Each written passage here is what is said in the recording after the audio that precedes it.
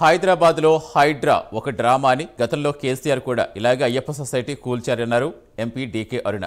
ఇచ్చిన హామీలు అమలు చేయడం చేతకాక ఇలాంటివి తెరపైకి తెస్తున్నారని ఆరోపించారు. హైడ్రా వెనుక ఏదో దాగి ఉందన్నారు. ప్రభుత్వాలు మారితే ఆక్రమణలు అక్రమ నిర్మాణాలు గుర్తొస్తాయని డీకే అరుణ ప్రశ్నించారు. నారాయణపేట జిల్లా మక్తల్లో చిట్టెం నర్సిరెడ్డి విగ్రహం ఆవిష్కరించారు. తన తండ్రి నర్సిరెడ్డి ఆశయాలతో రాజకీయాల్లోకి వచ్చారని తెలిపారు.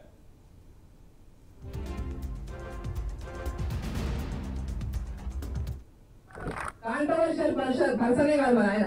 ఎవరితోనైనా శత్రువు అనేటువంటి వాళ్ళు మన ఆయనకి లేదు. ఎవరు శత్రువు లేరు ఆయన.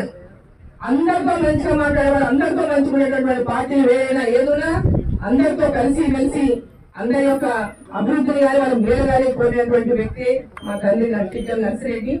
మరి ఈరోజు వారు చనిపోయిన తర్వాత ఇక్కడ చిట్టెం రామ్మోహన్ రెడ్డి మరి స్థానిక శాసనసభ్యులుగా ఉండి వారు కూడా శాసనసభ్యులుగా ఈ ప్రాంతంలో సేవలు అందించింది. మరి సరే పార్టీలు రూలింగ్ లో ఏ పార్టీలు అధికారంలో ఉన్నా ఆయా పార్టీల యొక్క సిస్టమ్ లో స్థానిక శాసనసభ్యులు పనిచేయాల్సి వస్తుంది.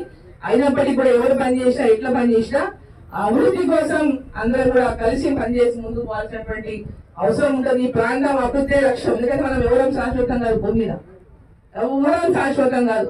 మనం చేసిన పనులే శాశ్వతం. ఇక్కడ మనం చేసిన మంచి పనులే ప్రజలు 10 కాలాలు గుర్తు పెట్టుకుంటారు.